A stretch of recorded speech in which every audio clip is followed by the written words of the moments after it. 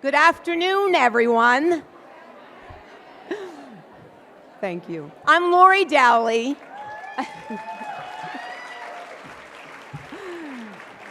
I'm Lori Dowley, chairperson for the National Mother's Day Committee, and it is my great pleasure to welcome all of you here to the 44th Annual Outstanding Mother Awards Luncheon, live at the Pierre. Yeah! I have to say that again, live at the Pierre. While we have been hunkered down for the last 2 years, the Pierre has been renovating this beautiful ballroom.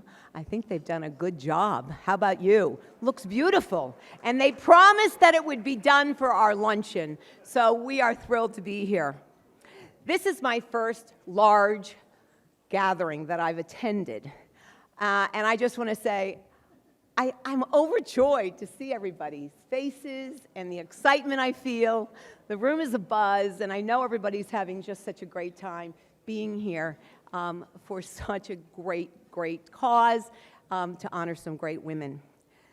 It did take me a while, however, to get used to wearing my Prada heels, since I have spent a lot of time in athletic shoes and flats, but I'll be damned, I was not going to wear either one of those today. So I hope everybody put their heels on. I did my makeup a couple of times and my hair, so I had to get back in the groove of things. So we're thrilled to be here to honor these outstanding women and have their guests in attendance, their family, to celebrate such an accomplished, inspiring group of women leaders who just happen to be great moms. So we're going to start the luncheon off with the beautiful faces and the wonderful voices of the New York City Choir. And as you listen, please feel free to start to enjoy your lunch. We'll be back.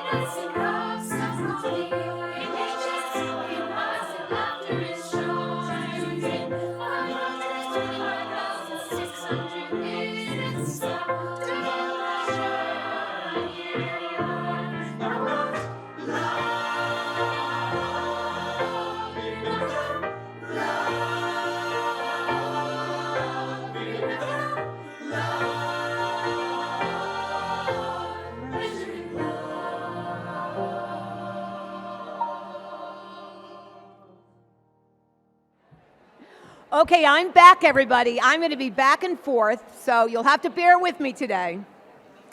Thank you to the New York City Children's Choir for those fantastic rendition. Okay, we will be sharing photos of today's event on Instagram, so if you'd like to be a part of the conversation, please find us at Mom and Dad Awards and use the hashtag #OutstandingMom. On behalf of the National Mother's Day Committee, I am pleased to welcome our 2022 Outstanding Mother honorees. Please give each of them a round of applause. Nancy Berger.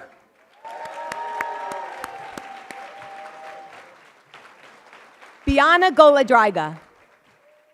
Where's Biana? Phyllis Newhouse. Marissa Thalberg. Oh boy, and Priya Venkatesh, right here. The honorees are in the house. The National Mother's Day Committee is proud to recognize each of these women for successfully building their careers while nurturing their families and helping to improve the lives of others. I'm excited to welcome back our fabulous host and a 2015 Outstanding Mother honoree, Joanna Coles. She has been our host since she was first honored 7 years ago, so thank you, Joanna. At this time, I'd like to thank our sponsors, especially those at the diamond level. Sephora and Lowe's Company. Thank you. And at our platinum level, PVH Foundation, the Sani Family Foundation, and Peter Thomas Roth and Naturally Serious. Thank you for supporting us. But of course, we wouldn't be here today without the generosity and continued support of so many who come annually to support this event. We sincerely and wholeheartedly thank all of you. The National Mother's Day Committee is part of the Father's Day Mother's Day Council, a not-for-profit organization that channels funds raised from our annual awards luncheon to help meaning philanthropies, dealing with issues affecting mothers, fathers, and children. Thanks to your support, the Council has donated more than $30 million to date to deserving family-related charities nationwide. We are proud to be donating the proceeds of today's luncheon to Save the Children's U.S. programs and advocacy.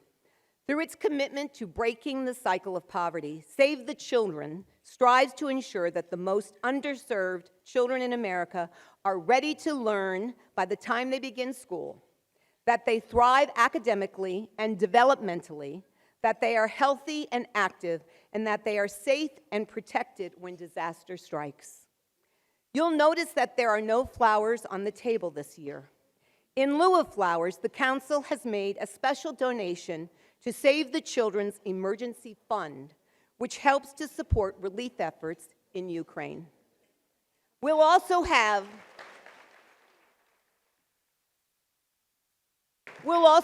some additional opportunities throughout our program to specifically support Save the Children's Emergency Fund, where you can help. We are honored to have with us today the President and CEO of Save the Children, Yanti Saripto, who is going to share more about Save the Children's advocacy work to benefit children both here in the United States as well as around the world. Ladies and gentlemen, please join me in welcoming Yanti Saripto. Thank you.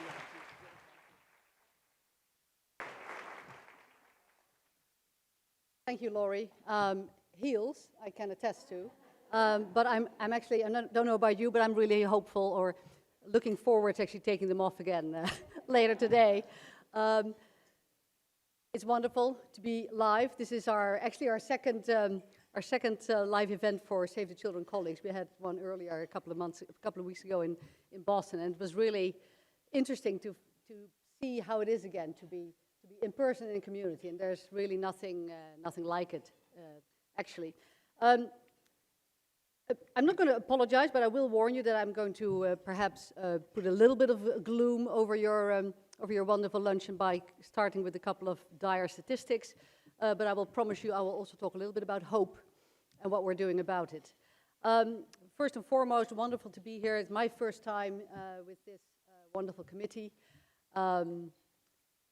Being a mother is the most important job of my life. It's the title that is a lifelong title, the only title, I think, the job that you do for life. My Twitter handle states that I'm a mother of Lara and Duco first before I am the CEO of Save the Children. So it's a special It's a special occasion for us, for Save the Children, and certainly also for me. A thank you, first and foremost, to the committee, the Mother's Day Committee. Support for our programs in the US and for our work for children caught up in emergencies worldwide would be impossible without the support of people like you and people in this room and the many, many years of wonderful, loyal support of this organization. Maybe a little bit of context about our work in the United States, and some stats might not be known to everybody. About 30% of the children in rural America are living in poverty. Let me repeat that again, 30% of children in rural America live in poverty. Twice as many live in poverty in rural America as in urban centers in the United States. Although I would say that even that 1 in 6 in the United States living in poverty is a shameful statistic for a country as wealthy as this one.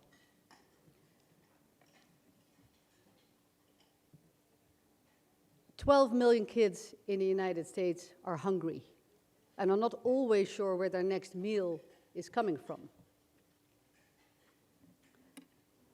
Thanks to your support, we are doing something about that. We work across over 300 communities, mostly in very rural America, to help kids be kids, but also to help them get ready for kindergarten, make sure they are achieving their literacy and numeracy grades at the right level, making sure their families, their mothers and their fathers know how to be their first and most important teacher as well. And as I said, there's nothing like seeing it firsthand. Betsy and I were lucky enough to see our work for the first time in 2.5 years in Cobb County, Tennessee, yesterday with our teams on the ground. And just a little story there to share. We're working with kids in Cobb County for many, many years. We're visiting schools. It's great to be with rowdy 4-year-olds again, reading to them, listening, hearing them read and progress, and also visiting their homes and speaking to their mothers. And I was lucky enough to meet Brittany, a mother living in Cobb County. Brittany has had a troublesome childhood, was a foster child, had essentially came from a very abusive household. Then she was lucky, and she said, I am the lucky one. She met one important person in her life, her foster mother who took her in when she was 5 years old. Brittany now has 3 children, 12, 9, and 3. And without Save the Children, she said she couldn't be a mom. She got her first child when she was 17. And then she was a single mom, and then she found a lifelong partner. We're helping her by coming into her home twice a month, helping her how to read to her kids, the signs to look for, what kind of development would we expect to see for kids that age. And according to Brittany, and she was saying through tears, that it would be impossible for her to be the mom that she wants to be for her kids without our support. It's not that Brittany doesn't want to be a good mom. She wants to be as great a mom as I want to be, as you all want to be. But sometimes people just need a little bit of help to become what they really aspire to be. And it was fantastic to be with Brittany and to see her journey and to see her really relish that role of a mom. And she is now one of our parent ambassadors, talking to other moms and helping them also benefit from the work that Save the Children and our partners in that community are doing. Let me talk a little bit about our work overseas. Currently, and I'm sure this is on everybody's mind as we're looking to watch a war in Ukraine unfold with horrific consequences. But even before Ukraine, 450 million children are living in conflict. It's the highest number of kids living in conflict for over the last 3 decades. Save the Children was founded over 100 years ago, especially for children coming out of the conflict of World War I. So this is in our DNA, but we take very little comfort in the fact that those numbers are going in the wrong direction. Ukraine now, we are concerned about 7.5 million children living in Ukraine and now sometimes on the move, and the consequences of this war that will be with them for many, many years and quite often for their whole lives. The trauma that these kids are witnessing are things, they are seeing things that no child should ever see. And we see it as they make drawings for us in our child-friendly spaces as they are coming across the border, or whether we see them in our child-friendly spaces inside the Ukraine. Save the Children has been in Ukraine since 2014. We have 25 staff, Ukrainian staff on the ground. Everybody is safe and accounted for so far. We have now 25 local partners, and we've surged in another 20 additional staff to help set up a phenomenal response. It will be one of our biggest responses ever for Save the Children globally. We'll be doing education, child protection, making sure kids get reunited with their families if they lose their families in the chaos that this crisis usually brings. We're trying to help their families with cash transfers immediately. We're handing out food and other essential items for babies, mothers, pregnant women as well. And again, we couldn't do it without the support of this wonderful organization. And of course, we're seeing the spillover effects of this crisis in terms of increasing food prices, prices of oil, and that is having a knock-on effect in how much food we can distribute in other countries. We are also, aside from Ukraine, we are responding to our largest hunger and famine crisis, with millions of people, particularly children and young children who are more vulnerable, in over 40 countries, not knowing, again, where the next meal is from, and 45 million people on the brink of starvation. And again, the $100 that we'd have to respond to that now probably goes only half as far with inflationary food prices, partly due to the war in Ukraine. So all these things are interconnected. Our Children's Emergency Fund that Laurie was just mentioning helps us to respond immediately and to prepare for the next one, even before a crisis hits the media headlines. And sometimes those crises don't hit the media headlines at all, as we know. So the Children's Emergency Fund that we had ready allowed us to immediately, on the 24th of February, when Russia invaded Ukraine, we were ready with cash, with people, with stuff, to make sure that we could respond in the moment, and then fundraising appeals started to flow in, and we could replace those funds again, ready for the next crisis, whether it is Ukraine or anywhere else.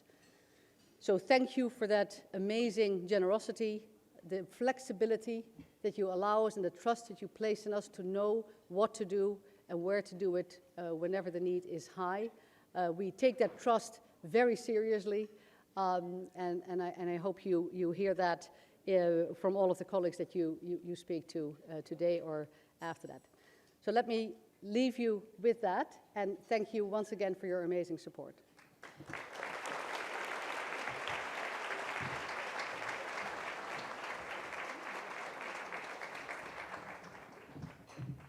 Thanks, Shanti, for being here and for the work that your team provides around the world. It's really admirable.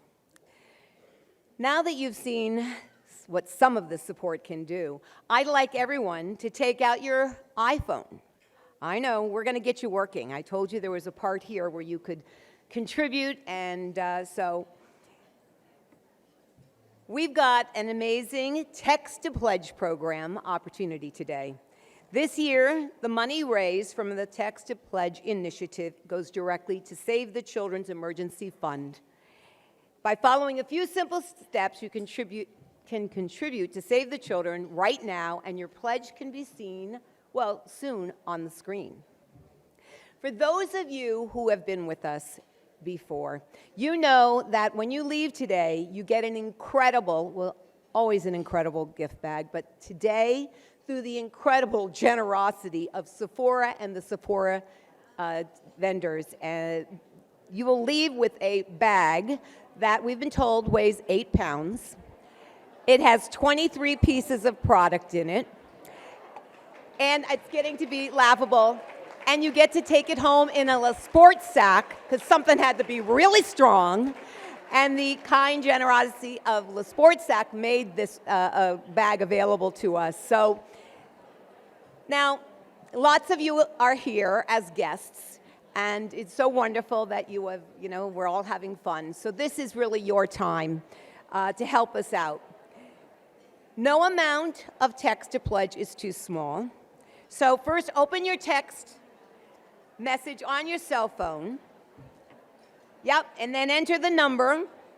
You all know how to do this, but I know we've been away 3 years from this event, so you got to get those fingers working again in a text-to-pledge mode. Type your name or company, the amount, and a short message, or you can appear to be anonymous. Lastly, put in your credit card info. This is a tax-deductible donation that will support families in need and immediate need around the world. So who's going to be the first? Who's going to be the first to text? I can see the movement.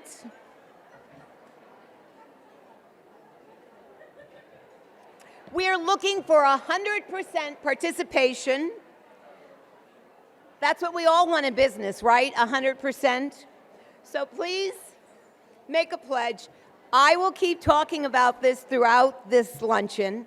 And on your table, as you make a text to pledge today, we have a little postcard that you can send to the loved one, your sister, your mother, telling them that you have made a donation in their name.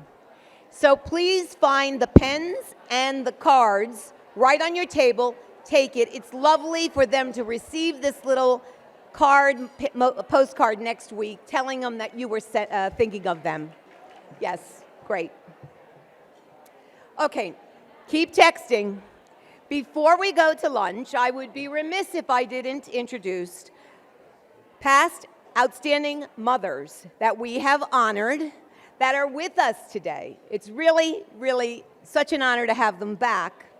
We have Gemma Leonello, Jane Hansen, Gail Tiffert, Lisa Price, Mindy Grossman, Andrea Smith, Artemis Patrick, and Joanna Coles. So that's very nice, ladies, to have you back. We really appreciate it.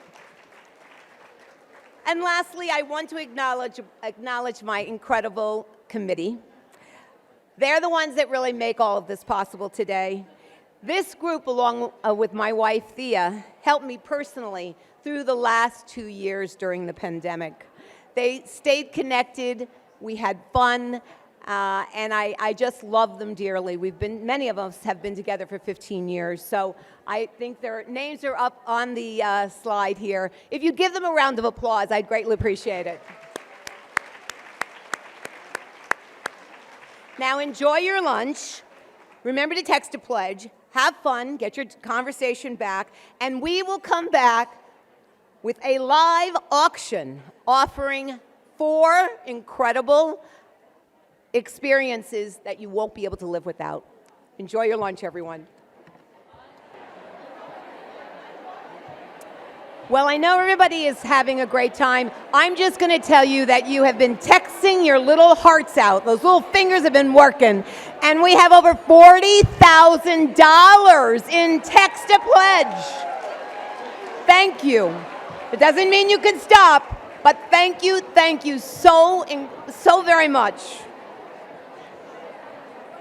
Some last minute pictures. We still have the best part to come. All right, I'm going to start. So as we are just about to get into the live auction, there is also a QR code on each of your tables that will lead you to our silent auction. I know, we got more bells and whistles this time, I'm telling you.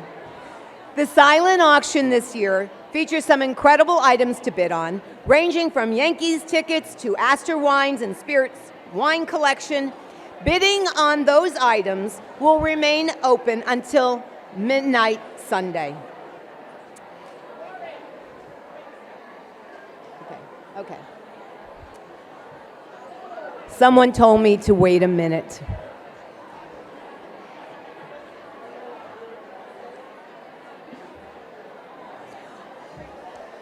Okay. The best part is yet to come. You just got to get through the live auction with me. This year, All proceeds will be donated from the live auction to the Save the Children's Emergency Fund, supporting the relief efforts in Ukraine. So, we're going to get the bidding started, and I'm going to ask Nancy Feldman, who is the chair of the auction committee, to help me out. She's sitting over here. She said she doesn't want to come on the stage. Because I know the bids are going to come in so fast, we're going to need people to watch for where they're coming. So, and Dana, I think Dana's out here too. Yep, there he is, back in the back. All right. So, to start, we have a spectacular holiday experience and an Outstanding Mother Awards auction favorite. It is something so exclusive that it is not available for purchase anywhere by anyone. Have I piqued your interest? So to kick off today's auction, we want to offer the opportunity to bid on 4 tickets to the 96th Annual Macy's Thanksgiving Day Parade, America's most beloved and biggest. These tickets are for the Central Park West Uptown Grandstand, which allows easy entrance and exit while seeing everything right in front of you. This is a chance of a lifetime. These tickets are considered priceless. Why? Because they're not available to you. So, could we start the bidding for the 4 tickets at $1,000? Anyone for $1,000? Up, right back there, $1,000. $1,200. The next bid could be $1,200. It is a chance of a lifetime. I'm telling you, if you haven't taken your kids, thank you, $1,200. If you haven't taken your kids, this is so incredible. $1,400 for a good cause. Now this is where it gets tough. Okay, $1,400. $1,400 once, $1,400 twice. All right, the lady in the front. Thank you, that's cute. We've got an excited winner. All right. All right. Next, we have a one-of-a-kind travel experience to the incredible. This is an incredible Casa Sybil. It's a villa in the Dominican Republic. It really is such a beautiful, it's beautiful. Situated atop a small hillside in the exclusive Residencia Esperanza in La Taranas. I practiced that, let me tell you. Dominican Republic, Casa Sybil offers a piece of paradise with 4 large bedrooms, each with its own bath and balcony with incredible views. This is a magical place. 7 days, 8 nights, a fun-filled time you'll never forget. You get to pick the time of your choosing. And there is no expiration date on booking this fantastic villa. It does not include airfare, but this beautiful villa can be yours. We are starting the bidding at $3,000. $3,000, beautiful. $3,200, $3,200, $3,200, $3,200. This is quite a deal, $3,400, $3,400. It's going up to another $3,600, $3,600, $3,600. The next bid is $3,800. And, okay, I've got a lot now. Okay, $3,800. Okay, where are we? Okay, there's a hand back there. What is that bid? $4,000. $4,000. $4,000. The next bid would be $4,200. Thank you, Mark. Thank you, Mark Shriver. $4,200. $4,200. Do we have? It is over a $6,000 value. $4,200. Now we're looking at $44,000. Anybody want $44,000? This is an incredible deal. $6,000. Actually, if you book it in Christmas, it's $9,000. I'm telling the truth. It's back table. Where am I? 4,400. Thank you. 4,400. 4,600. Do we have 4,600? 4,600. It's a steal. Mark is saying it's a steal. Okay. Do we have anybody who bid on it previously? So we are at what bid? We're at, I'm terrible at this really, but we're at 44. We're looking for 46. So do we have 46? Do we have 46? 46. Where? Oh, 46. All right, 46. Do we have, Mark, get up here. 48. Do we have, come on, Mark, get up here. Do we have 48? God love you. All right. Do we have 5,000? 5,000. I am telling you, I'm so energized. Okay, the next bid would be 5,200. It's still a great value. 52, 52. We have 52. All right, all right, all right. Do we have 53, 54? Oh, 54. All right. 54. Now we're looking for 56. 56. 56. 5,600. This is a fab. I mean, if you go online, it's so beautiful. 5,600. Huh? It's on what? I know it's only $200 to go up. Only 250. All right. All right. All right. 56? 56. 56? Do we have 56? I'm confused. 56? I think the table is bidding against themselves. All right, we are at 54. Do we have 56? Okay, it's 54 once, 5,400, 54. There they go, the lady in the pink dress. Beautiful. Thank you. 50, that was, okay, 56. All right, I lost. Okay. Okay, they'll deal with it. All right, now, calling all golf fans. I only have 2 more to do. Calling all golf fans for our next auction item. You'll have a chance to experience the U.S. Open golf tournament in Los Angeles in 2023. It's in June. This is your chance to see the biggest weekend in sports live in action at the Los Angeles County Country Club as you witness greatest competitors to take the field. It includes 2 ground passes, daily access to the Trophy Club Pavilion, a deluxe 3-day, 2-night hotel accommodation plus breakfast, all taxes and services included, and we are starting this at $4,000. It is such a deal. $4,000 right out of the gate. 4,200, 4,200, 4,200, 4,200. Thank you. We are now at 4,400. 4,400? Do we have 4,400 for this golf outing? Really unbelievable. 4,400. 4,400. Best golf. To see the best golfers in the world. It is a once in a lifetime. All right.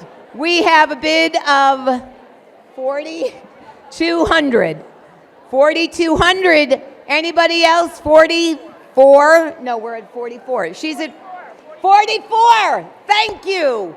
4,400. Now we're at 46. Is there a 46 out there? 46? Oh, she's waving. Oh, Dana, do you want... Timely wave. All right. 44. 44. Is there 46? 46. Is there 46? 46? 46 right there. 46. We are at 46. Thank you. 48. 48. Anybody over on this side of the room? Oh, my God. 48. Thank you. 48. We're at 5,000. 5,000 for this unbelievable golf experience. You could pick Thursday, Friday, or Saturday, Sunday, which is a big deal. 5,000? Do we have 5,000? Do we have 5,000? I know somebody might be discussing this. 5,000. Thank you. 5,000. We are at 5,200. 5,200. 5,200. This is an incredible offer. 5,200. Do we have 5,200? 5,000. Once, twice. Oh, 5,200 in the back. I'm sorry, I just got twice. 5,200. 5,200. All right, we're at 5,400. Boy, I'll tell you. 5,400. 5,400. All right, there she is. 56. 5,600. 5,600. 5600. Think about it. It's still a beautiful thing to take home or take advantage of yourself. I, for one, don't golf, but for people who golf, they've always wanted to do this. 56, 56. Okay. 54 once. 54 twice. 54. You have won. Very good. Thank you so much. Our final item is truly a spectacular getaway to Mexico. Choose the majesty of Mexico with a stay in your choice of Cabo San Lucas, Nueva Vallarta, Acapulco, Riviera Maya, or Cancun for 8 days and 7 nights at a 4 or 5-star luxury resort, depending on for 2. It includes a $400 American Express gift card to use as a travel supplement fee. This incredible vacation, the bidding will start at $2,000. 8 days, 7 nights. Do I have an opening bid of 2,000? 2,000, 22, 24, 26, 28, 28, 3,000, 3,000. This is a good deal. 32, thank you. 34, 36, 38, 4, thank you. 4, 42, 44, 44, 44. It's a great deal. Thank you. 44, 46. 46. Do we have 48? 48. Thank you. 48. 48. Do we have 5? Do we have 5? Am I right on that? 5. Thank you. She really wants it. All right. 52. Do we have a 52? 52. 50. All you need is a couple people that really want it. 52. Now we're at 54. 54. 54. This is the. Who's 54? Do we have 54? Where am I? Who's got this? 54 is right there. 54 is right there. 56. 56. Oh, 56. God love you. All right, 56. Now we're at 58.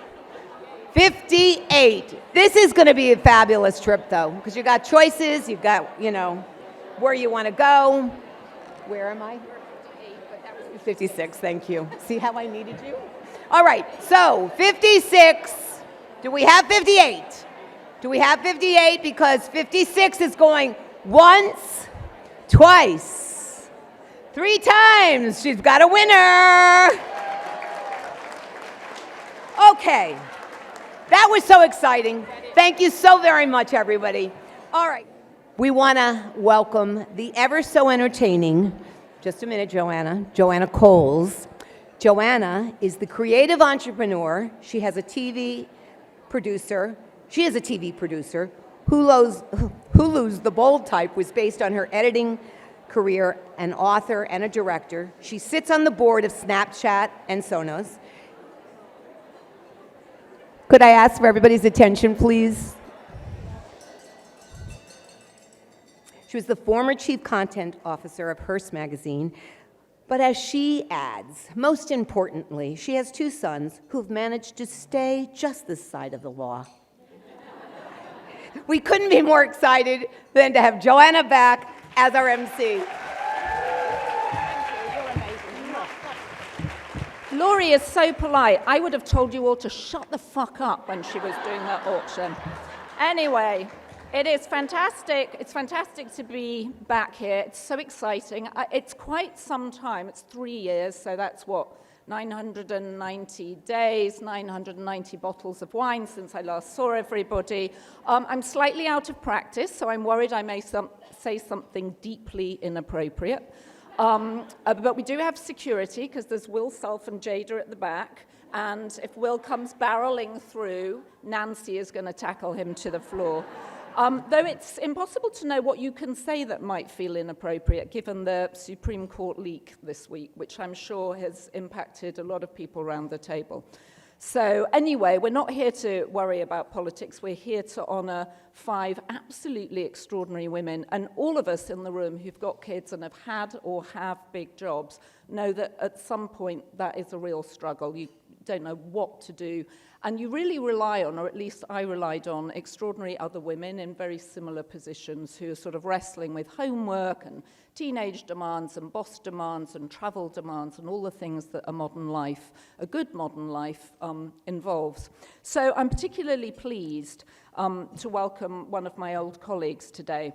And I've skipped ahead in my speech because I'm supposed to remind you that some very prominent women have actually been prior honorees, including Hillary Clinton and her daughter Chelsea, Estee Lauder, Caroline Kennedy, Halle Berry, Kate Hudson, Meryl Streep, Vera Wang, even myself, and many, many more. And I will say, I've met a lot of old friends in this room. I've also met an extraordinary number of women called Nancy. Can the people who are called Nancy, can you just put your hands up? Okay, I promise you there's a Nancy at every single table. Anyway, that's sort of irrelevant. But our 2022 honorees exemplify what it means to be a mom and to be a leader, and we're thrilled to recognize them today. And our first outstanding mother honoree, I'm very proud to say, and I feel this from the bottom of my heart because we worked together for 6 years and she was an extraordinary colleague, is Nancy Berger.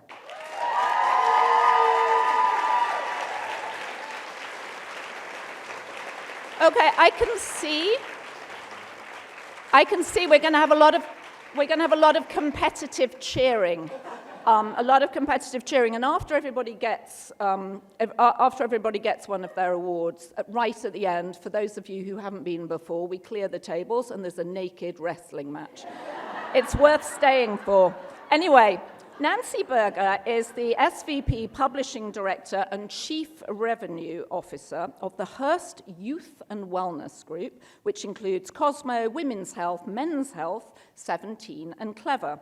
And in her role, Nancy has created what she calls the new C-Suite, Cosmopolitan's annual list recognizing women entrepreneurs of color, and developed the first ever Women's Health Breakthroughs Festival. And we've got the editor of Women's Health over there, Liz Plosser, who's not yet a nominee, but I know you will be, Liz. Berger was also the first to incorporate live stream shopping into Hearst Magazine's portfolio, and recently she introduced the Youth and Wellness Group Airship in an interactive virtual headquarters for brands in the metaverse. Throughout her career, she's earned numerous industry honors, including recognition as Advertising Age's Publisher of the Year and Folio's Top Women in Media list. She currently sits on a ton of non-profit boards, including the Fragrance Foundation, Cosmetic Executive Women, and the Juvenile Diabetes Research Foundation, and she's a member of the Retail Influencer Network and the Dealmakers. And now, let's hear from one of Nancy's sons.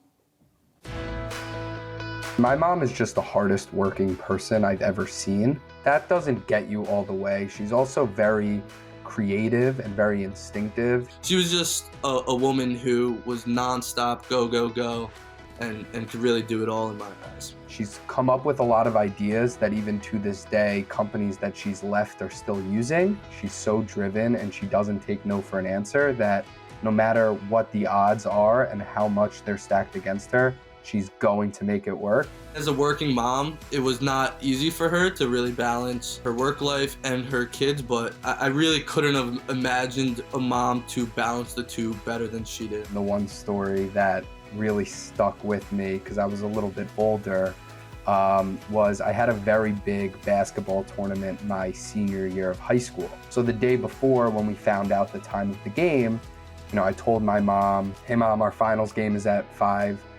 Tomorrow, I'd really like you to be there." And she was like, "Okay, I'll be there, no problem." And, the next day I go through school and the game is about to start and my mom's not there. And right as, after we take the court and the game's about to start, out of the corner of my eye, I see my mom in a dress in 5 or 6 inch heels sprinting across from the entrance to the bleachers like she just walked out of a huge meeting. And by the time she was in her chair, the game had just started. I remember in elementary school, she would go to like Paris or wherever she was going, and she would leave us little notes every single day for us to read in the morning, because she felt, you know, she wasn't going to be able to talk to us, the time difference. So that was a great way to start our day. Me and my mom are still extremely close. She's someone who I go to for advice. She's someone I go to in the great moments and in the bad moments. There's no one who deserves this award more than you. You have given me the opportunity to put me in the best position to be successful. Hopefully one day I can repay her for all that she's done.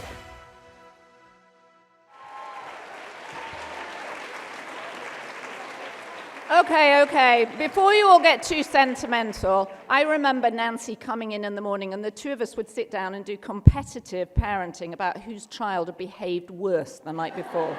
Matthew, you tortured your mother. We'd be like, how much pot do you think is okay? How much dope? Is this dealing? Is he dealing? Is he just smoking? It's a nightmare. Anyway, please congratulate me in celebrating Nancy Berger as a 2022 Outstanding Mother of the Year.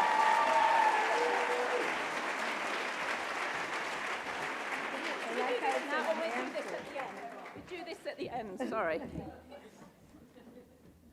Wow. This is really emotional. I haven't had my picture taken this many times since my son's bar mitzvah. I like my dress better, though, now. Thank you, Joanna. I miss all of our crazy days at Mary Claire, where running in heels was our normal speed. And we were really good at it. I'm not as good at it anymore, but we were. That video, wow. I guess I did an okay job at being a mom.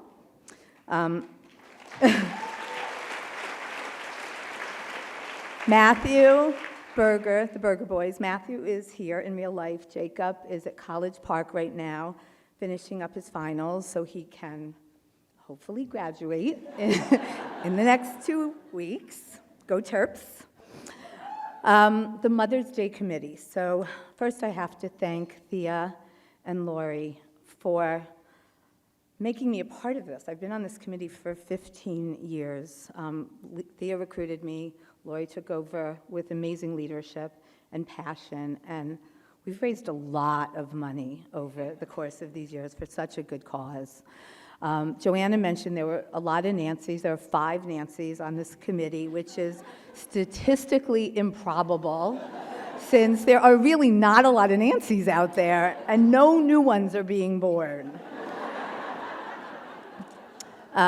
There's a little-known fact about this committee. The first year that we, honored women, we honored a mom who literally got up and said out loud that she had been a terrible mother. And after that, we really improved our vetting process. So anyway, you'll know that today because we have all these amazing honorees who we really do know are great moms, Priya and Phyllis and Biana and Marissa. And I just want to say one thing about Marissa, because we've known each other a really long time, going back to her Estee Lauder days, when she had the foresight to launch Executive Moms. And we both had little kids, there was no place to get support, there was no network, and she really made it happen. And it was your destiny to be here and get this award. Today is my mom's 85th birthday, Cinco de Mayo, and she's in Florida with my dad. She attended this luncheon one year, literally looked around the room and could not believe how many high-powered women there were in this world. Like, she was like, I know that you're successful, but what's going on here? It was very intimidating to her. And, it really made me realize that there are strength in numbers, and everyone in this room has learned how to support one another, and I feel it every day and feel very, very lucky. So I wanted to share what motherhood has meant to me and end with my single best parenting tip that is guaranteed to work. There's a funny TikTok out there about being a parent. I don't know if anybody has seen it. It's where parents lip sync a comedy routine, and it goes like this. Have you made people yet? Oh yeah, you wait. I've made my own people, and I'm their leader. And it's kind of a frightening thought. My boys are my people. They are my heart. I have tissues here. Thank you, Lori Singer. They are my heart, my soul.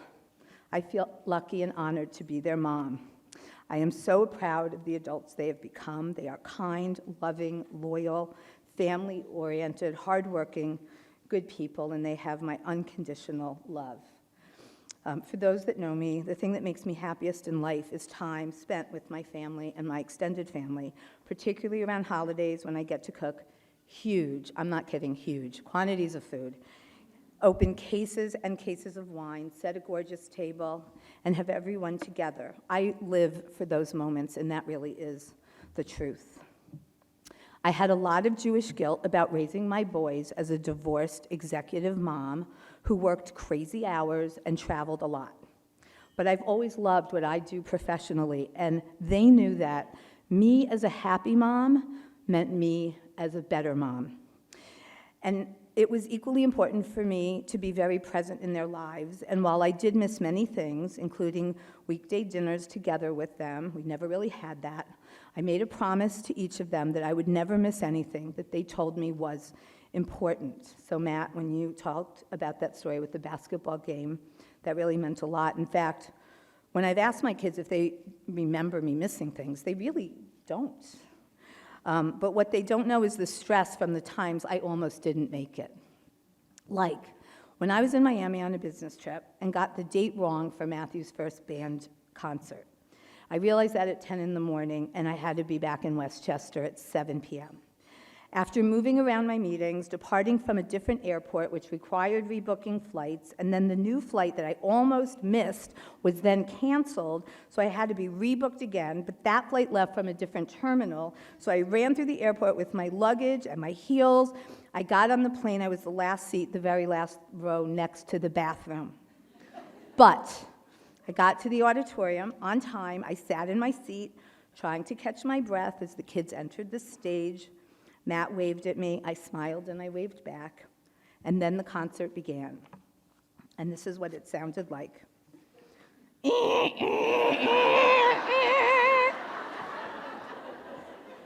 And I literally burst out laughing, like out loud. And it was true. You were a good saxophone player, but it was true. I got a lot of angry looks from other parents. I was literally the worst mom and the best mom all at the same time, and sometimes that's just how it goes. I had a very transient upbringing due to my dad's job at NBC News. I was born in Youngstown, Ohio. I graduated high school in London, and I moved every 3 to 4 years my whole life. It was really hard to make new friends and start over again and again with each move, and I vowed I would never do that with my kids. They were going to have roots. And so I moved out of the city when I was pregnant with Matthew to a community in Westchester. It was filled with young families, and we all had our babies at the same time, and all those kids and parents have become my lifelong friends, and most of them, many of them are at that table right there. And I was one of the few working moms, so I would not have survived without this amazing group of women. Sometimes, often, my best friend Jody Miller was always reminding me about something that I didn't know, like school picture day, oh, okay, or early school closing, good to know, bake sales. Moms were always transporting my kids to play dates, to after-school activities, to birthday parties on a regular basis. I would get a text with a picture of Jacob at a birthday party with his face planted into a slice of pizza. And I missed it. But I also knew that I couldn't have done it without my village and with all these people. And that village for us, we call Boulder Ridge. And I'm so glad you guys are here with me today. As I said, I had a lot of guilt about raising my boys in some non-traditional ways. When my son Jacob came up with a life philosophy, which he shared many years ago to my best friend Norman, Uncle Norman. And what he said is, if you're thrown a curveball, all you have to do is adjust to the pitch. You've got this. And that motto has served our family well, because we have been thrown a few curveballs. Like when Jacob was 10, he was diagnosed with type 1 diabetes. And we were taking a vacation, and he was peeing, and he was moody, and he just wasn't right. And we came home and saw the pediatrician, and the next thing I know, we were in the hospital for a week, me and Jacob together, learning how to count carbs and calculate insulin doses, pricking his finger multiple times a day to test his blood sugar, and really dealing with a new way of life. And for 2 years, I woke up at 2 in the morning every day to test his blood sugar quietly, and sometimes had to wake him up and give him a glass of apple juice so that his numbers would go up. And business trips then were harder, as I constantly worried about Jacob's numbers. And all I wanted was for him to be able to do anything and everything he wanted to do. And he did, including being a star linebacker on the Scarsdale varsity football team. So as a family, we've made a big commitment to type 1 diabetes research. We're actually doing a big run. If anybody wants to come on June 5th, just let me know. And then last year, exactly this time, we got another curveball, which is Matthew was diagnosed with type 1 diabetes. And it's rare for that to happen. I actually was the one to diagnose him, mother's intuition. But there is no family and extended family more qualified to get through this together. Matt is really doing great, and we are all doing great. We've got this.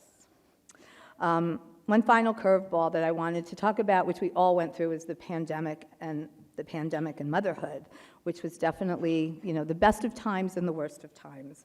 Apparently, I speak very loud when I'm on a business call. No one liked that.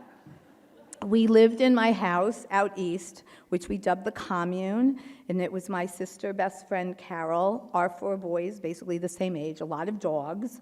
Matt graduated from college in our living room. Jacob's college experience was dramatically changed, and I went through some health challenges during that time.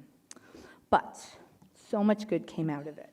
We adopted our adorable puppy, Charla.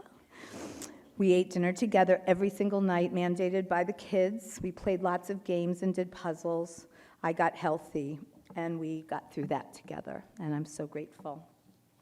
I'm going to end with my parenting tip. It's called The Magic Powers. This is true.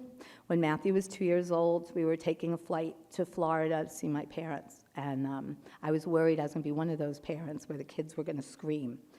And so I brought home a magic wand, and I did a spell on Matthew, like literally abracadabra, here's the spell. And the spell was giving him magic powers that when he got on the plane, if he went right to sleep, the plane would get there faster, and everyone would know it was his magic powers and would thank him. And I would tell everybody once he fell asleep, like, you better thank him. And so they did. He woke up, and they were like, oh, we heard, and he was so proud. And it worked, and then Jacob got old enough, and Matthew wanted to give Jacob the magic powers, and Jacob had the magic powers, and anyway, plane travel, their whole childhood, piece of cake. But to this day, my kids get on a plane, fall immediately asleep. They have never eaten a meal or seen a movie on a flight. So for those that have young children, I'm telling you, we have spread this word, and it really does work. My final thing I want to say is that motherhood has given me my own magic powers. The ability to function with no sleep, to find a solution to any problem, to never take no for an answer. My kids hate that. To love unconditionally, and to build a world filled with the most amazing friends, family, colleagues who magically appear whenever you need them. Thank you for this incredible honor.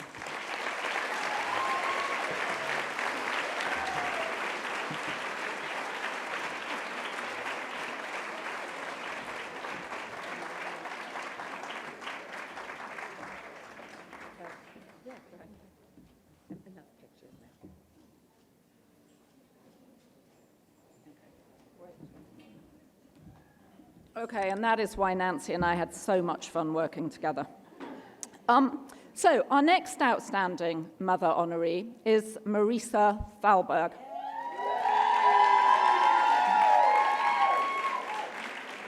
Marisa is the Executive Vice President, Chief Brand and Marketing Officer for Lowe's companies, and she also oversees Lowe's corporate communications, community relations, and events planning and execution. Her leadership through the COVID-19 pandemic helped drive record sales for the company, and she was even named one of Adweek's 2021 CMO honorees for perfecting the pandemic pivot. Since then, Marisa has continued driving unprecedented business and brand growth for Lowe's, helping to move it to number 31 on the Fortune 500 list, as well as the top spot for home improvement on Fortune's most admired retailers list. Marisa has been deemed one of the world's 50 most influential CMOs multiple times by Forbes, and named one of the most innovative CMOs in the world by Business Insider. Prior to Lowe's, Marisa served as Global Chief Brand Officer at Taco Bell and spent 8 years at the Estee Lauder companies. In 2002, as Nancy referred to, Marisa founded Executive Moms, an organization created to connect and support accomplished women who are both professionals and mums. So now let's hear from Lowe's CEO, Marvin Ellison. With Marisa, it was all predicated on trying to make a difference. And again, she's been, as always, just incredibly effective in changing the lives of other people. You know, whether it's, America's Big Deal TV program on the USA Network. What I love about what you've conceived here is it's at the intersection of two really critical trends right now. Whether it's Build It Forward on HGTV, which is our attempt to be a great citizen to homeowners who provided great service in their communities. And another, project and significant initiative that Marisa introduced was something called Executive Moms. And it's just her way of taking the lessons she's learned as a professional female in the workplace and balancing those priorities with most important responsibility, and that is being a mom.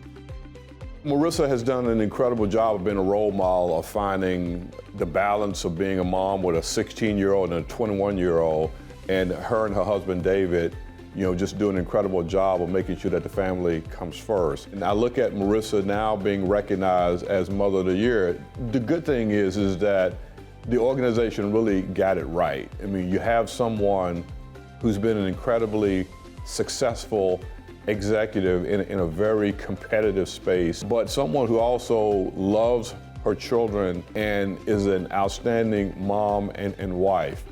Marisa Thalberg is the best role model that I can think of. Please join me in giving it up for Marisa Thalberg.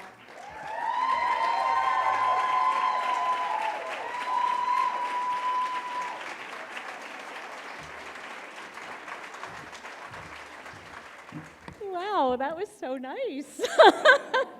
I'm going to have to play that back on bad days at work. Oh, goodness. Thank you so much to the National Mother's Day Committee and to Lori and Thea. Thea, I mean, gosh, I looked up to you so much when we were colleagues at the Estee Lauder Companies. What a full circle moment to be back here with you. This is a very special recognition to me. I've seen so many terrific women rise to accept this honor in the past. And some of them are dear friends, some of them are in the room today, and it just gives me such a thrill to join in their company along with Nancy and Phyllis and Priya and Biana. I'm really, really honored. And it also does feel auspicious to me to receive this award in 2022, as it happens to be the 20-year anniversary of my founding of the organization Executive Moms. Nancy, thank you for noting that. Oh, well, thank you. The truth is I founded it just out of a very personal desire, as often good ideas are born that way. And it turns out that it quickly emerged as just a much more universal need. Even here in New York City, this bastion of work life, It was very clear back then how much a sense of community, camaraderie, and support among women, fabulous women, I always said that back then, who are both professionals and moms, was necessary. And I truly never intended to found an organization, especially as a new mom myself. I had a full-time career. I was then head of global advertising at Unilever Cosmetics International, and some of my colleagues like Lori Singer, who's part of this committee, was there with me back then. I just wanted to join something. I really did, and I asked so many people, what is there to join? And the answer kept being, we don't know, and you need to start something. And remember, this was also pre-social media, just to rewind the clock. So enough women like you, including some of you, encouraged me to go make it happen. And that Executive Moms was born as a result. And for those, and it's so great to be back here and realizing I see faces, and I know some of you were there with me back then, and some of you, or for those of you who did attend our events back then, the real person you couldn't miss, who was working the registration table, because, you know, good cheap labor was hard to find, was my mom. And, you know, the problem with employing my mom at this very serious professional side endeavor I had is that she was, you know, the consummate New York Jewish mother. So the door, we would do these events at the Harmony Club, the line would queue out because she wanted to talk to everybody and wanted to know why they were there. Remember, John? I mean, like, this went on for a while, and I'd be like, come on. But, you know, she wasn't trying to be corporate. She was just a proud mom, you know, and I can still walk down a street in New York City and have someone stop and, you know, ask me about my mom. And unfortunately, she's no longer here today, although I think she's got the best seats. But, you know, this is definitely a day I think we honor our own moms, right? Who got us here. And just really being back here and reflecting. I mean, where's Jane Hansen? Jane, where are you? No, another past honoree. There you are back there. I mean, Jane, you know, emceed one of those events. So it was such a New York thing, and so many prominent women in the media and our industries, but it also extended around the country and around the world because it was so universal. So fast forward to today, when that baby girl who first made me a mom is about to graduate from college next week and embark on the start of her own career right back here in New York later this summer. Take good care of her, New York, while her younger sister is back home and in school taking her finals for her sophomore year of high school. Ironic, I know, it's a Mother's Day award, neither of my daughters are here, but, you know, they're right where they should be. They're right where they should be today. And, you know, seeing the exceptional, I mean, really exceptional young women they have become is for me the ultimate gratification and, frankly, validation of the very thesis that it was at the core of Executive Moms. So today is a very meaningful, full circle moment for me. But at the same time, today is more than just a circle. It's also a moment to consider the winding but always forward-moving line of my career and my life since. And I want to just point out two very visible signs of that. The incredible, inspiring women, all executive moms themselves that I have come to know over these years who have become, I mean, Nancy, you said, right, your village, have become such important friends and invaluable support systems to me, several of whom are honoring me by sitting at my table right here today. I just love you all so much, and several of the rest of you are in the room.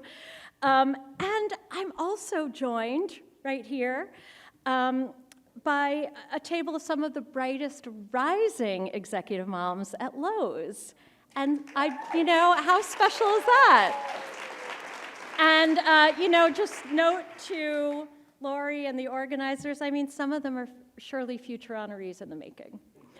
And, you know, to the one guy at the table. Well, I really am in extra awe of the women who manage to be outstanding mothers without a partner.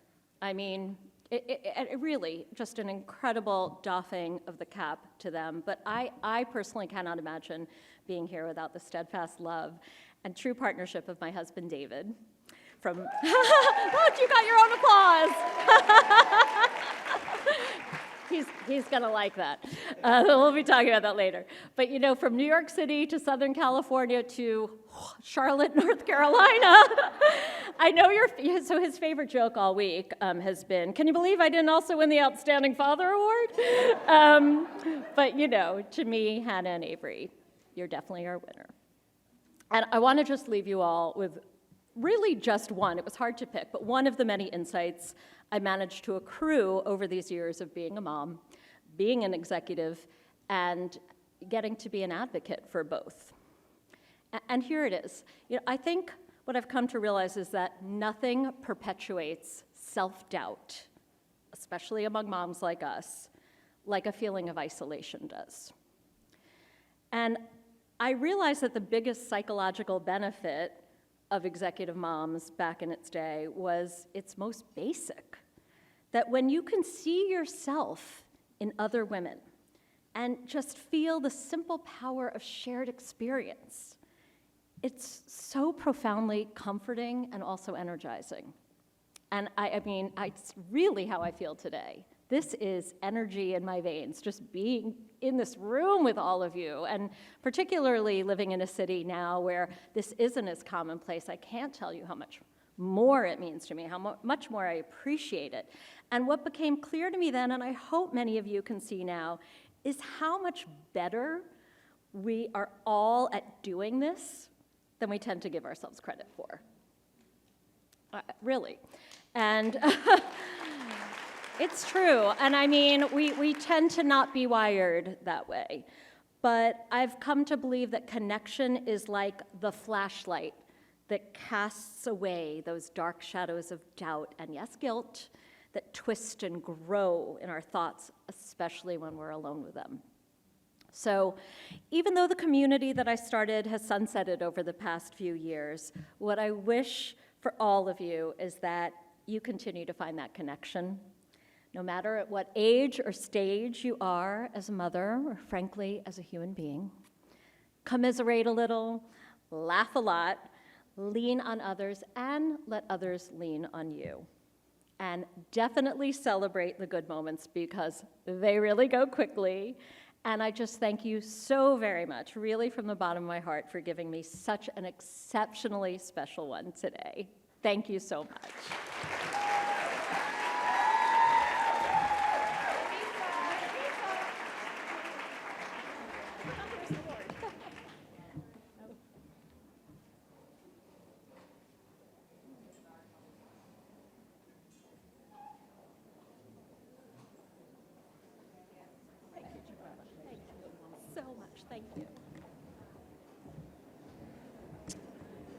Okay. I may be required to swear again if we don't have silence for our next honoree. Okay, our next honoree is Priya Venkatesh.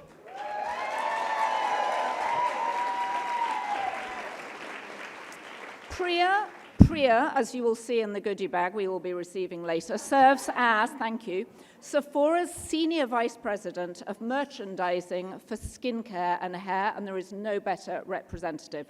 In her 15-year tenure, Priya has developed and executed many successful initiatives, including the launch of Clean at Sephora, providing clients a clear point of view on the clean beauty category, and Sephora's offering across 50+ brands and 2,000 products. Skin IQ, an in-store skincare solutions diagnostic tool, and she's introduced a range of high-performing brands, including Bumble and Bumble, Drunk Elephant, thank you, Dyson, Glam Glow, Olaplex, and Summer Fridays. Under Priya's leadership, Sephora's skin and hair business has grown dramatically. She's focused on category vision and development, including building a robust brand portfolio of indie, emerging, clean, and classic brands. And she was the first to introduce K-beauty in prestige retail while driving innovation in formulation offerings, product, and services at Sephora. And now let's hear it from Priya's daughter. She's had incredible impact over her last 17 years at Sephora, and just super smart and strategic and thinking long term. So she knows that this is a marathon, not a race. Priya is very involved in our Accelerate program, which was formed to help cultivate BIPOC female-founded beauty brands. We have 8 to 10 cohorts per year, and already we're close to launching half of the brands that were part of the program at Sephora, which is quite a success rate. Priya, to me, has never been someone outwardly who ever struggled with balance in her life. I observed that she could be a great mom and a great working mom at the same time. So my mom has a pretty unique job, I guess, compared to other moms, and all my friends think it's super cool. She's really good at leading and motivating people to do better. What I've seen and I've really respected, and I take a page out of her book, is how she wants to make sure that Mira knows that she is in a place of privilege, and making sure that she learns that the world is bigger than, the backyard in Palo Alto or the backyard in San Francisco. My mom and I went to South Africa with a few other people, and we got to visit schools. I obviously had a lot of questions because I thought that all kids all over the world got a free education, and I thought that all schools were as nice as mine, because I'd kind of grown up in a little bubble, and I was all of a sudden exposed to kids growing up in extreme poverty. And she helped me make connections to my everyday life on how maybe not getting this one piece of clothing or this one thing I want isn't the end of the world when I have a house and food and an education. I love we're honoring a mother who is there for her daughter on the things that matter, and at the same time running a pretty kick-ass business. Okay, please welcome to the stage Priya Venkatesh.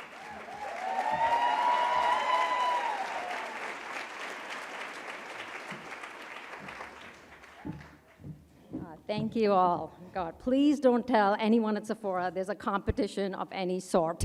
You will see the not so good side of humanity come alive. Thank you, Joanna Coles, for the very warm introduction, and to my friends, family, and colleagues, and my heartfelt thanks to all of you for the wonderful video. It is great to be here with all of you today and to support such a wonderful organization, Save the Children. I am honored to be receiving this award and feel so fortunate to be included alongside such amazing women. Nancy, Bianna, Phyllis, and Marissa, congratulations on your many accomplishments and this honor. And a special thank you to the Mother's Day Committee for putting together such an incredible event. What can I say about motherhood? It is one of the most important roles many of us play in our lives, and yet we get no handbook, training, or even direct feedback. We learn on the job, and our performance reviews come decades later. Some of you have it. I'm still awaiting mine. We think about our kids constantly, keep adapting to their ever-changing needs, and mainly we worry a lot about things we cannot control for them. It is definitely not easy to be a fully involved mother and run a business at the same time. And to borrow from an African proverb and the theme of this today's event, I think, it really takes a village to raise a child. And for working moms, it takes an A+ village. I've had the most amazing village to help me. I grew up in an Indian joint family, surrounded by doting grandparents, aunts, uncles, along with my parents. I was actually a pretty obese baby because there were 20 people in that house taking care of me. My brother Jay and I were raised to depend on the love and help of our extended family. And the best lessons are taught by example, and my parents were very generous with their support, love, and help to their village. When I moved to America, I knew I definitely needed my own village in my new life. I am thankful to my husband Ajay, who shares this value, supports my work, and is a very hands-on dad, in addition to running his own startup. My mom, who is here, was a huge help in raising our amazing daughter, Mira. This support really allowed me to travel the world freely, knowing she was in the best of hands. Sephora has been such a huge part of my village. When people ask me what has kept me here for actually 17 years, I say it is the people and the culture, and many of whom are here today. Everyone works hard and likes to win, but we find a way of doing this with a lot of care and support and collaboration. I worked with Artemis for most of my career, and thanks to her, I'm a better manager, mom, and person. I am super appreciative of my peers and my team who always choose collaboration over competition and who will do right by the business and the people they work with. I can never forget the time when I was 6 months pregnant. I was on my way to work, and I was seized by severe pain. I mistakenly thought I was in early labor. Clearly, I hadn't experienced labor at that time. Thought it was early labor. I called Cindy to let her know I'm not going to make it to work. And within 15 minutes of my call, she showed up at my apartment with our planner, not sure why, even before my husband, ready to take me to the hospital. Luckily, it turned out to be kidney stones. As you can see, to use medical parlance, I had a healthy outcome. But honestly, this just sums up the Sephora culture. Everybody figures out how to support each other while getting great results, which is important. And as merchants, I will say, we spend most of our time with our brand partners. And I've had the privilege of having many of you in my village. As mothers, founders, executives, CEOs, and honestly, amongst the coolest people I've ever met, all of you stretch the art of the possible. Every time I struggle with the juggle, I think of you guys, any of you, and lighten the heck up. People like June Jacobs, Carrie Gross have been part of my village even before I was a mom, for almost all my time at Sephora, and taught me with their unique blend of tenacity, care, and compassion. Founders like Vicky Tsai, Mathilde, Tiffany Masterson, Tata Harper, Hila Yang, to name just a few, juggle raising young children, building a brand, and still find time to give back. I'm especially thankful my daughter Mira has had the opportunity to meet some of these amazing women. You will always be my biggest inspiration, wherever you guys are sitting. Industry veterans like Jane Huddes, Carol Hamilton, Vasiliki have been generous mentors and cheerleaders, not just to me, but to many women in our industry. It would really not be possible for me to get here, being thousands of miles away from my home and my family, trying to break through a different culture, country, industry without this group of mentors and supporters. I also want to thank all my neighborhood moms, one of who Abby is here, who reads the 3-paragraph school emails and puts it in a succinct 2-word text message to me. For those of you who know me, I do not read long emails. So, including the school ones. Listen, there are not enough hours in the day for me to stand here and express the gratitude or the impact my village has had on my life. My work means a lot to me, and I really hope many women get the same opportunities and support I have received, and I hope I can thank you all and pay it forward by being part of their village. Thank you all so much.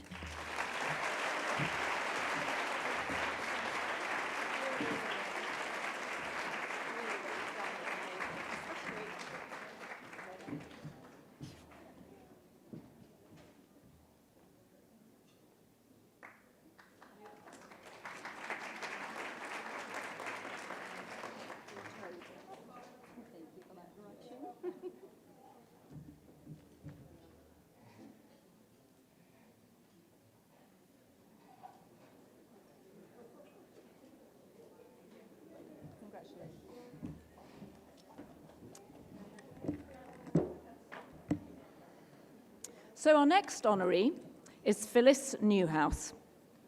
Phyllis is the CEO and founder of Shoulder Up Technology Acquisition Corp., the founder and CEO of cybersecurity firm Extreme Solutions, Inc., and the founder of Shoulder Up, a nonprofit dedicated to connecting and supporting women on their entrepreneurial journeys. Phyllis is also a retired military senior officer, having served 22 years in the US Army. Thank you for your service.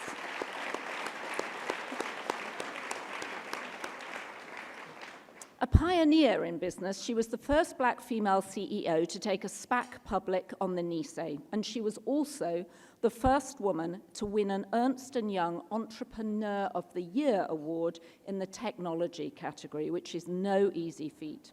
In 2000, yep, another round of applause. You're just breaking all these ceilings, my friend. In 2019, alongside Academy Award winner Viola Davis, Phyllis founded nonprofit Shoulder Up to encourage women to speak up, stand up and shoulder up, allowing them to see themselves in a different context, teaching them to grow their influence and encouraging them to increase their economic power. Could there be a more important message to women? And just last year, Phyllis was featured on the cover of Inc. magazine's Female Founders issue alongside Stacey Abrams. She was also recognized on Forbes' 50 over 50, and you don't look a day over 30s, Rainmakers list. I hate those lists. Why do they just segment everything by age? It's ridiculous. Anyway, nevertheless, it's great that you were on it. For women creating new ways to make and move money. So before we welcome Phyllis on stage, let's hear a few remarks from her son, who I think is resoundingly more polite than mine. So as a mom, I would definitely say she's my role model from day one. She's somebody that I can look up to and say that, hey, like, this is somebody that I aspire to be one day, or aspire better to be in terms of, you know, just being caring and loving. And, you know, as a only child, just being able to help me with life and, you know, help me progress as a man. Growing up, my mom, you know, tried to start millions of businesses, whether they, you know, succeeded or not. I'll say one of the biggest lessons I learned from my mother is don't quit. One thing that she said to me is that, you know, there's a long road and there's going to be a lot of bumps and bruises along the way. Everything I've ever done in my life, it wasn't because I thought I could do it. It is that I knew that I would do it. My mom was actually in the Army for 20 plus years. She was hand selected by General Colin Powell for the Cyber Espionage Task Force. Personally, my mom was a leader, coming from where she was growing up to where she is now, like with, you know, the businesses that may not have been here today, to, you know, now being one of the first African-American women to ring the bell on the New York Stock Exchange. I attended the University of West Georgia. I majored in finance, and she basically told me, hey, I want this to be you one day. I want you to kind of learn the family business. So from there, I, you know, just try to be underneath her, try to be a sponge and soak up all the knowledge from her and learn. And, you know, hopefully one day I can be on top ringing the bell at the New York Stock Exchange. Her growth is just amazing. And it's really great to see where she is now. And then as a mom, like I said, just helping me become the best man that I can be. You know, I was raised by a single mother, so I know that was definitely hard for her. Teaching me everything about life and being there as a mom and, you know, loving me. That's why I feel like she deserves a Women's Award. Please welcome Phyllis Newhouse to the stage. Wow, I promise you I'm not going to cry. Who is that man? You know, I'm so grateful. I'm so appreciative of this award. So thank you. It is such an honor. And to all the honorees, you know, what a blessing to be with women like you for this award. And I want to thank the committee. I know you all had a hell of a, you know, choices that you could have selected many other women that are deserving. And to be standing here, I would tell you I'm very appreciative. And Stacey Burns, God knows you deserve an award for putting up with me. Because, you know, and I want to say something.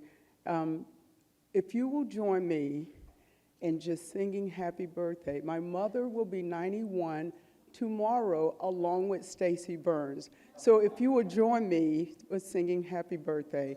Happy birthday to you.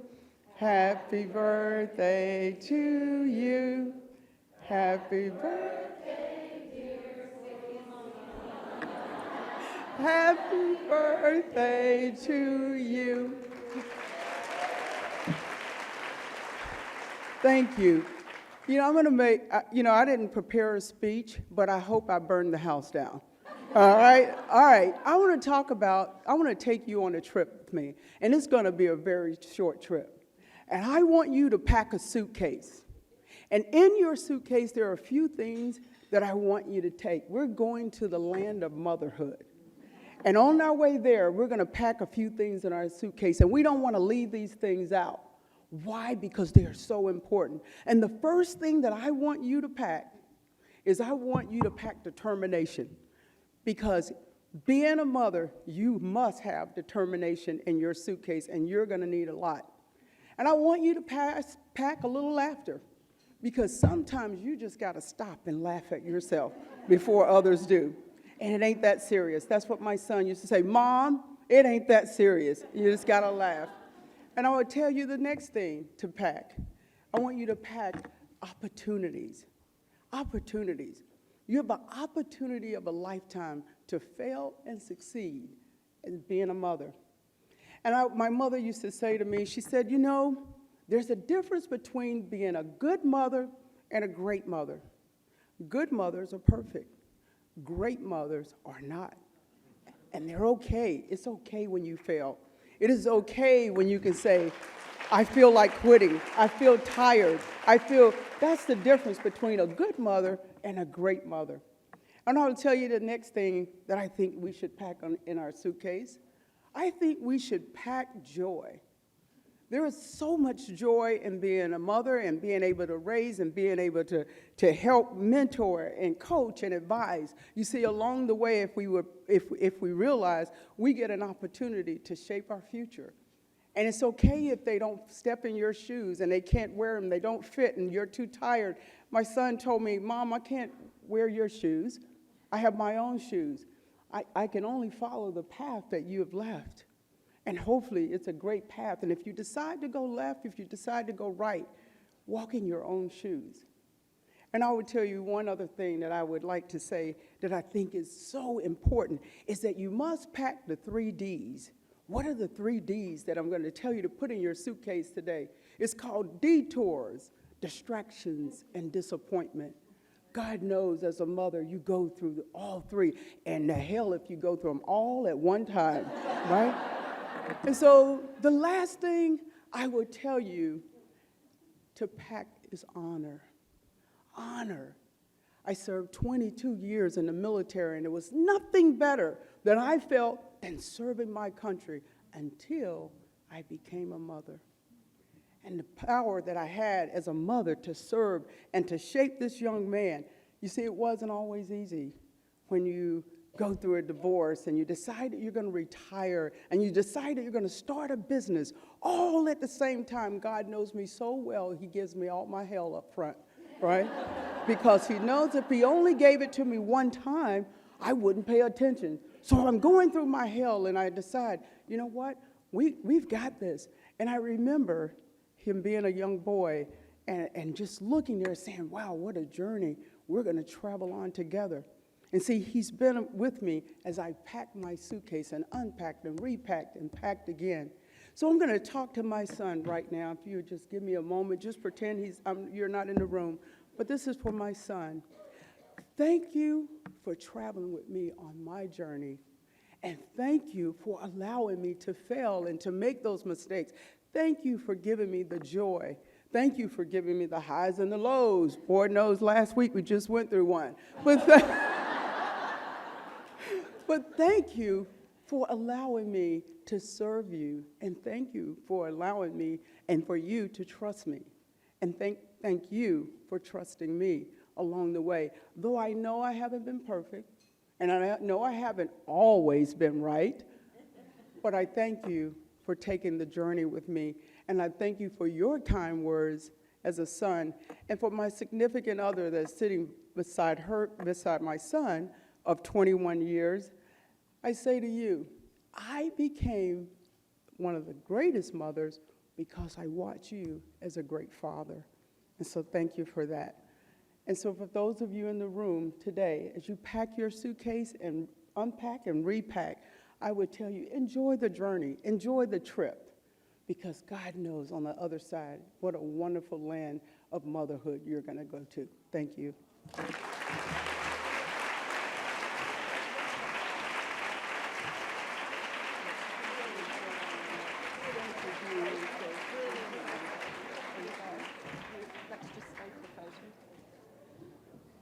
Somebody's crying.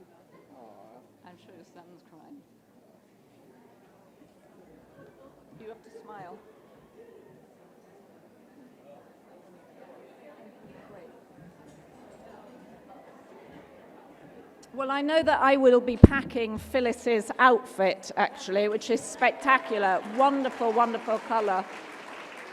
And what I love about this lunch is that you get so many different perspectives on motherhood and so many different stories. It makes it really powerful.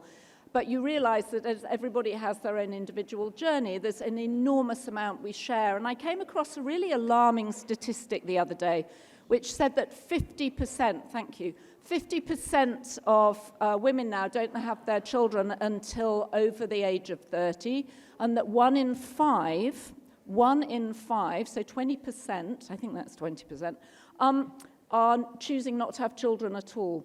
And I think it's incumbent on everybody in the room to remind younger women that it's okay to have children. You don't have to be perfect, and no job is ever going to replace the extraordinary bond you have with a child, and that something that you don't always appreciate until you're older, they will always come first. Anyway, that's just my personal thing, but I do find when I talk to younger women how important it is to remind them that they can do this too. Anyway, our final award is going to another of my former colleagues, and I'm absolutely thrilled, Biana Golodryga, sitting over here. Biana is a senior global affairs analyst and anchor for CNN, and she's based in New York. Prior to CNN, where I knew her, she served as the co-anchor for CBS This Morning, where she led the network's coverage of President George H.W. Bush's funeral and conducted numerous extraordinary news-making interviews, including an exclusive with the CEO of Huawei, the first with a US journalist. And I remember her getting the interview, roaring off to China without a moment's thought, roaring back, doing an excellent interview that broke all sorts of news about the company doing all sorts of wrong things, and rushing off to see her kids as well. Previously, she'd appeared on the CBS Evening News, where in 2017 she reported from her hometown of Houston, covering the aftermath of Hurricane Harvey. But perhaps the most meaningful work Biana has done throughout her career occurred just last month, when she returned to Moldova, the country of her birth, and the one that she and her parents fled over 40 years ago. She was returning to Moldova with the US mission to the United Nations, and Biana reported on the country's generosity in absorbing hundreds of thousands of Ukrainian refugees. And she also accompanied Ambassador Linda Thomas-Greenfield to Romania to cover the announcement of their intention to suspend Russia from the UN Human Rights Council and to visit refugee sites in both countries. And now, a few words from Biana's husband. Biana has this rare combination of cutting insight, but also humility, along with a remarkable work ethic, and that's an extremely rare combination. So she grew up in Texas as, the only Russian emigre, and so after she graduated from college, she moved to New York, but originally from Moldova. And in a great, American success story, she likes to tell the story of cold calling CNBC repeatedly until just by happenstance, one of those calls was met with a positive response because they needed a producer. And then gradually they would put her in front of the camera. And from there she moved to ABC because people saw what a great job she was doing on camera. This, of course, all coming from the man who told me on the phone that he was their father. In the meanwhile, she's now a senior global affairs analyst at CNN and is really enjoying that role. Minutes from now, Ukrainian President Volodymyr Zelensky will address the United Nations. It's a little embarrassing to say that we met at the White House Correspondents' Dinner. I think it was electric from the get-go, and the rest is history. Biana and I have 2 kids, Jake and Maya. I also have older children. She's been a fantastic stepmom too, and so Jake and Maya are just fantastic. Jake is now 10, Maya's almost 6. It's actually remarkably great home life where the strains and struggles of having 2 working parents somehow, most of the time, we're able to actually keep all of the balls in the air and keep the trains running. And kudos to Bianna, because it requires a constant set of balancing where while she's walking to a soccer match, she'll be listening to a podcast to try to get briefed for the next day's news. Oftentimes that kind of balance or multitasking is difficult, but Bianna is able to pull it off, I would say, almost flawlessly. Please welcome Bianna Golodryga. Wow. Thank you to the committee for this incredible award. And I don't want to take up any more of your time today, so I will keep it brief, but meaningful. And congratulations to the other recipients. You're all incredible mothers and really put me in a precarious position in terms of trying to one-up your speeches, so I'm not even going to try.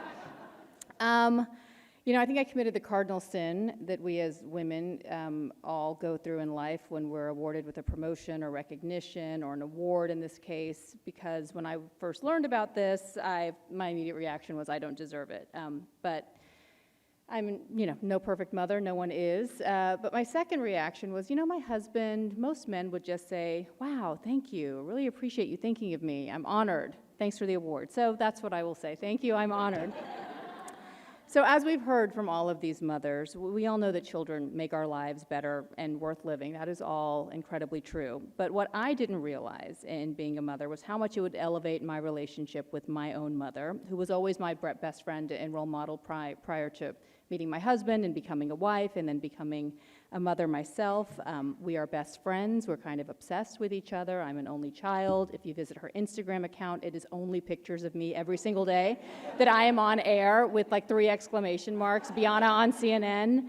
My husband jokes that, he can win a Nobel Prize, but she will, go tell the neighbors that I blew my hair out perfectly.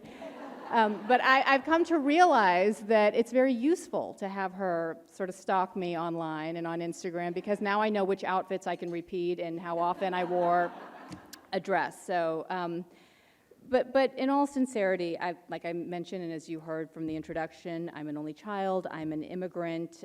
My family, my mom and I, my dad, we were all together and inseparable. But it wasn't until I had my firstborn that I realized how wonderful my mother really is, and how I came to understand the incredible challenges that she went through without me ever knowing or experiencing personally. We came to the United States with $270 between the 3 of us. That was it. That was all we were allowed to leave the Soviet Union with. We moved here as political refugees, Jewish refugees in 1980 from the Soviet Union, then Moldova. My mom's first job in this country when we moved to Galveston, Texas, because that's what Jewish immigrants from the Soviet Union do. They moved to Galveston, Texas. No, my parents were contrarians. They didn't want to go to New York or LA, which is where the majority of Russian Soviet Jews moved. So they wanted to go somewhere warm. My dad was an engineer. And so HIAS, the resettlement program, decided to move us to Galveston, Texas. So like fish out of water, there we landed in Texas. My mom's first job there was mopping floors for free at the daycare so that I could go for free. 10 years later, she was an IT executive at a Fortune 500 company, and today she's among the top female executives in the country. Yes.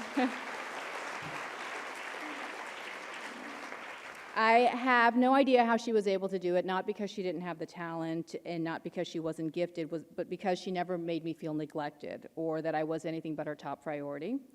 I traveled with her on business trips. I annoyed the hell out of her by calling her incessantly in meetings, whatever it was, but she always took my call. To this day, I cannot believe that she put up with me to the extent that she did, but she likes to remind me that she always took my calls when I complain about my kids bugging me. As mothers, our mothers are usually our most reliable sources on all things kids, marriage, career related. And as a journalist, there are few tools more valuable than a great, rock-solid source. Well, this year something remarkable has happened. As we have all been watching and as we've noted, I've been covering this god-awful, unprovoked war that Russia has launched against Ukraine. And my mom suddenly became that omnipresent source for me, both emotionally and professionally.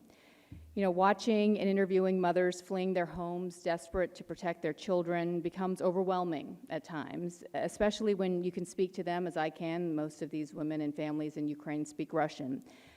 So when you look at them and you see what could have been you, what could have been your grandmother fleeing a war, an unprovoked war, it takes a toll on you. And I don't know that I would have been able to get through all of these horrendous weeks of watching this war without my mother telling me that this is what these women are experiencing. She understands their pain. She understands what growing up in an authoritarian system entails. My parents grew up in Moldova, the poorest country in Europe, arguably its most vulnerable now, second only to Ukraine, which it borders. It has no NATO or EU protection and has its own separatist pro-Russian breakaway republic within its very borders. And now there's increased concerns that Vladimir Putin may invade there as well.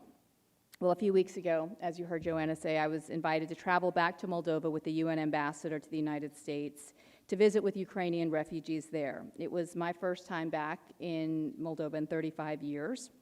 It was one of the most surreal moments of my life, going back to a country which I fled as a refugee on a U.S. government plane with a U.S. cabinet member visiting and helping Ukrainian refugees on the ground there. There were two thoughts that came to my mind during that trip. One was how proud I was to be an American. And the second was how grateful I am to my parents who sacrificed so much so that I could be an American.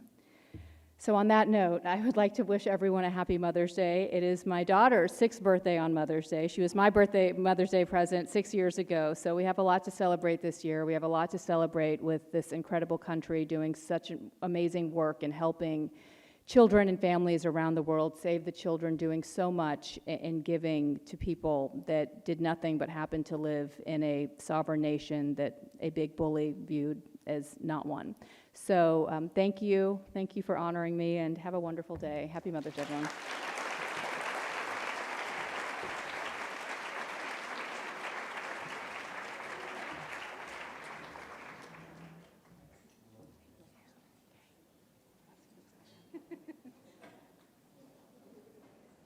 So please join me again in congratulating all our outstanding mother honorees.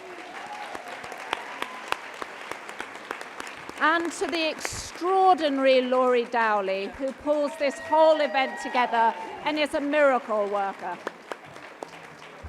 Thank you, everyone. That concludes our luncheon. Joanna, we have a small gift, just a token of something. Thank you, thank you, thank you. Please do not forget your beautiful bag, goodie bag on the way out. Thank you to the honorees. They were beautiful, beautiful speeches. We so enjoyed them. Happy Mother's Day, everybody.